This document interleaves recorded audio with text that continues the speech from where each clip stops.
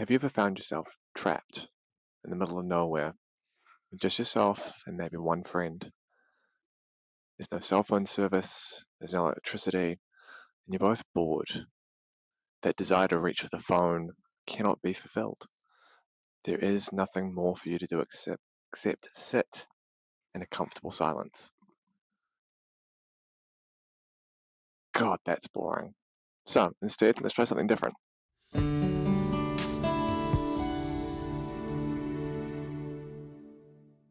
Welcome to the Distant Vale. My name's Harry, and today we're going to paint a travel-sized battle. Right, today we have the travel battle box from Perry Miniatures. Inside is about 200 infantry, cavalry, and cannons in the 6mm scale. Now, 6mm is tiny, so it's about 10 of these little guys to a unit, and you're going to be painting up a fair few of these. The best way to tackle anything at this scale is to break everything down into just blocks of colour. And then we're going to rely on a strong wash to really bring the detail out. So, starting with just a black, we'll paint in the shakos and the boots. And then we're just going to take a warm brown, painting in the wood detailing on the rifles. Once that is squared away, what we're going to move on to next is the trousers. So, for the British, I'm just going to use a light khaki to paint the pants. On the Frenchman, I'll probably use a light grey.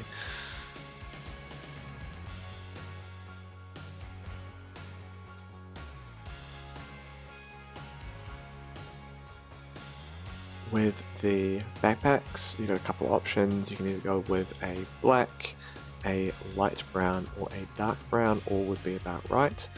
I'm just going to go with a black to keep things simple. It's already on my palette, and it does cover fairly nicely. Now with this amount of detail done, we're just going to come in with a dark tone or a non-oil type wash and be really heavy-handed. This will bring out the details and helps make the next step a little easier. We want to apply the white across the front here for the straps, and it's really hard to see these straps without that non-oil wash or that sort of dark wash underneath. For the skin, just a little blob of flesh tone across the faces and the hands is all we need. There's not a lot of detail here, but if you really felt you needed to, you could come through with another wash just on the face after this. I wanted to just make these shako look a little bit more interesting, so I'm coming in with a yellow to paint in just a little emblem on the front, so just a little dot of yellow to look like a gold plate.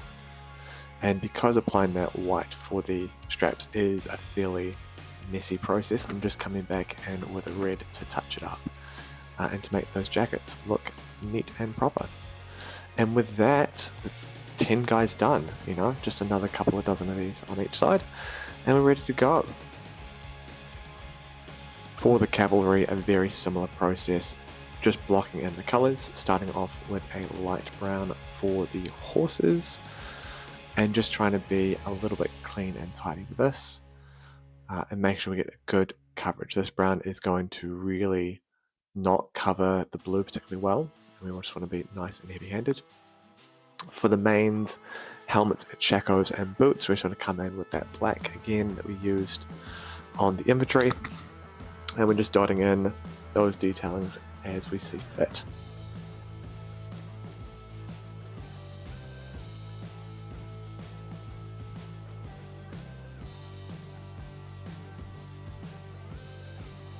For the trousers, I'm just going in for a pale tan again, so similar to the Englishman, but probably just one shade brighter. I've mixed in a little bit of white just to help differentiate them from the infantry, and it's just one clean line down the sides.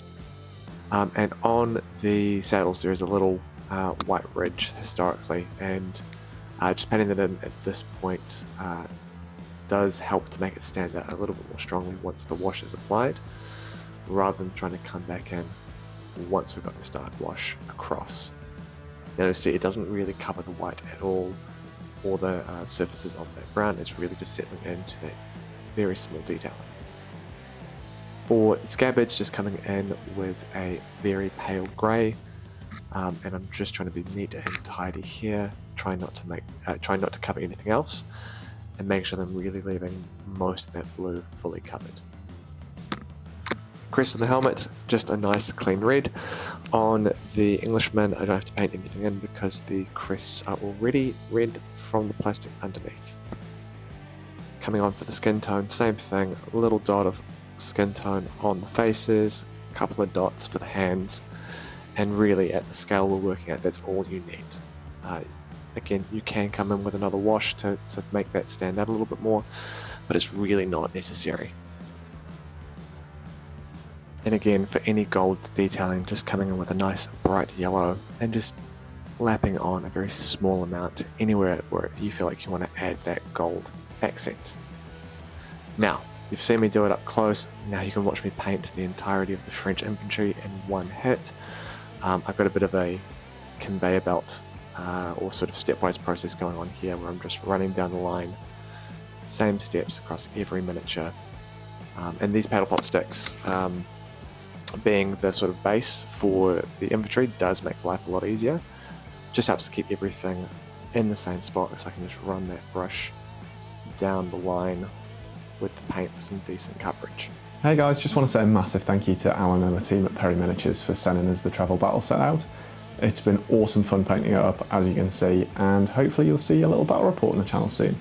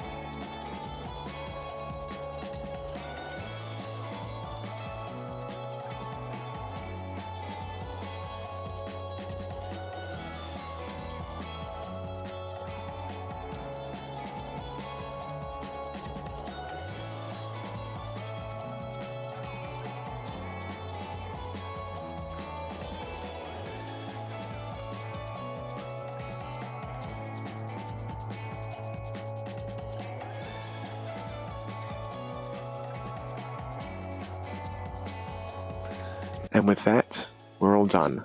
A travel-sized battlefield ready for you to take out anywhere you need. Far too many 6mm models painted up, ready to go. I think I need a little bit of time to rest my eyes now, but I'm looking forward to playing some games with this. I'll catch you at the next one.